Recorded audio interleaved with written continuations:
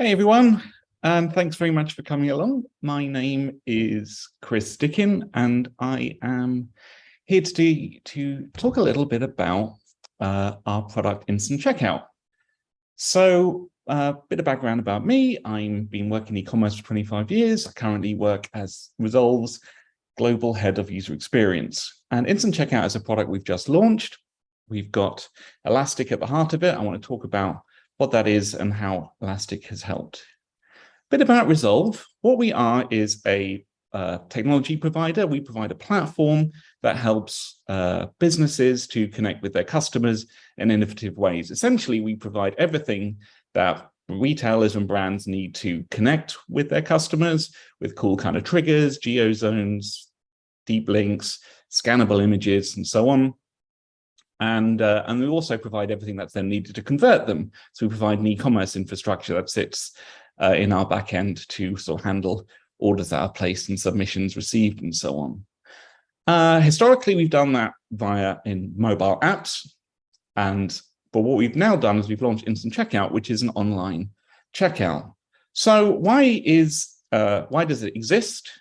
That's a useful thing to start thinking about. Well, the main problem with most sort of customer engagement is that there's a lot of steps, and every step there's a possibility of customer abandonment.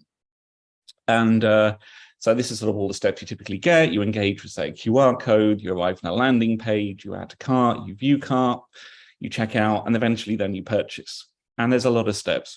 What we've done with Instant Checkout, and the problem we're trying to solve, is essentially we want to bring people in as late as possible into that funnel, where you engage with a Rezolve trigger, you immediately get brought through to a checkout page, our Instant Checkout, and then you purchase. That's the experience we're looking to do. It's a fast checkout. It's triggered a variety of ways. So we have links that you can share. You can have buttons on websites. And the idea is that we are trying to take users from the point of clicking straight through to the point of purchasing with as few steps as possible. If you're a regular customer, you get all your details up. If you're a new customer, it's quick to onboard. But everything you need to order is on one page, including all the product data. And that's where Elastic's coming in. Let's just take a quick look at the experience, and we can see some of the technical issues that we've been looking to solve with this. So with this is just a little mock-up on PowerPoint. But if I click the link here, on Twitter, say, it takes me through to a fast checkout page. And you see here, it's brought up some product information. I've also got an options thing here. And so you can sort of select an option. That's another point of information. And then when I actually do click Instant Buy and place the order, what happens is that it does a sort of a stock check. It checks that that product's available to buy, and then it does the purchase. If you've done e-commerce before, you'll know all about this, all very sort of familiar stuff. So let's take a look at some of the challenges around doing an online sort of checkout in this way. And this was like the first sort of prototype we built of Instant Checkout. And this is showing you on the left here, we've got essentially what we just saw on the in the web browser, and the mobile browser, where a customer is sort of engaging with it's called the Instant Checkout service, which sort of is our web layer. And on the right-hand side there, we've got the e-commerce database, and we've got a lot of points of interaction. So the first thing when the page first loads is it requests all the product data. The customer clicks on a link, the service goes, right, what product do I need to display? And it sends off a query. The query comes back, oh, you need this product details, and you need this product name, and so on. And then when you select an option, it sort of does another query to the database. And then when you place the order, it does just another query to the database. And then actually when the order is placed, you get another query to the database. And that seemed okay on paper, but in practice, it was a problem. And the main problem was it just wasn't that instant, which is no good for an instant checkout. It was slow. Every customer visit was at least 4 queries to that product database. And then more critically is during our first kind of test of this, we rolled this out in China and did a promotion. The product database fell over because there were just too many simultaneous requests going on. So we thought, right, we need to re-engineer this. We need to bring in a useful little solution. And, no guesses. no prizes for guessing the solution we came up with. We put Elastic into our backend to help power this instant checkout. So we had all the requests for the product data, for the product options, and also the stock check all went to a new Elastic service that was built as part of our infrastructure, and that handled all those queries. So whenever the customer is just looking up the details and just sort of browsing and checking out the product, those could all be handled by Elastic and very quick. And the only time we actually needed to actually query the product databases was when the actual order needs to be written, and that's fine. We can handle all that. Obviously, there's a real-time synchronization happening over to the right here. So all the changes being made by merchants who are promoting using our instant checkout service all kept up to date with Elastic in real time. Okay, now I'm the head of user experience, so I'm not going to be able to talk about this in a huge amount of depth, but I'll do my best. So the way we deployed it is we've deployed it in a Kubernetes cluster. We use a distributed Elastic architecture, and we distributed it across 8 nodes and 2 replica shards. And what that just means is that all the product data was available, and had much higher availability and responsiveness than we had before when there was a single point of failure.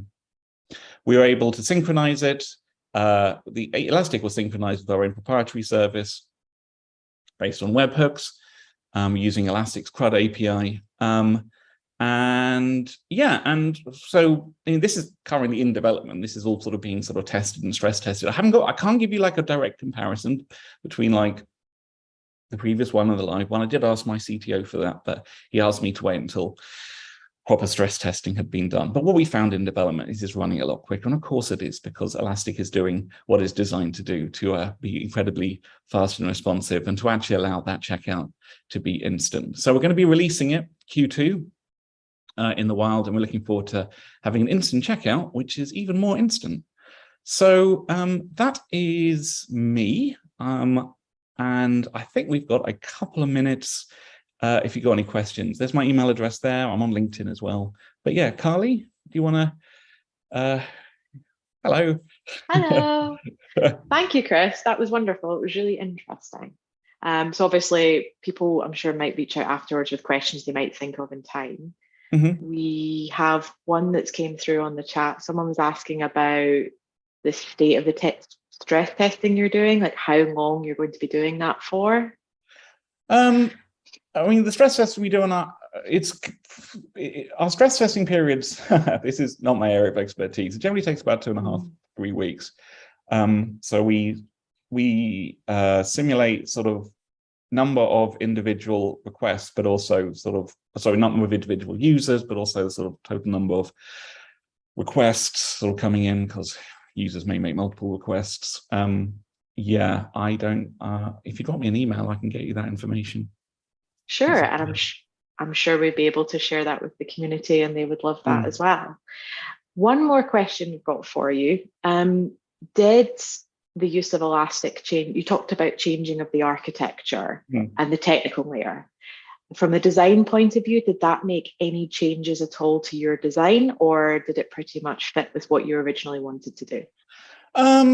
It did change the design because we needed fewer waiting states and skeletons, which was sort of a really essential part of V1, where this is now my area of expertise, because it was taking like product data was taking a while to load, and sort of stock information was taking a while to load. So it affected the design from that. Just, we still had the skeleton states in there, we didn't take them out, but they were much less essential and a much less critical part of the overall user experience.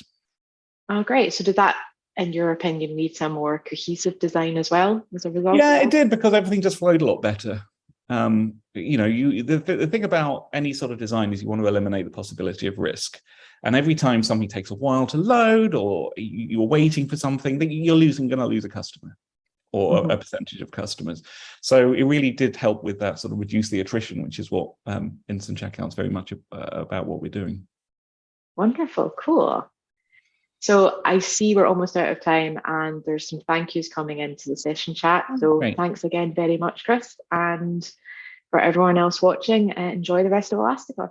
Yeah, enjoy, guys. Have a good one. Bye-bye.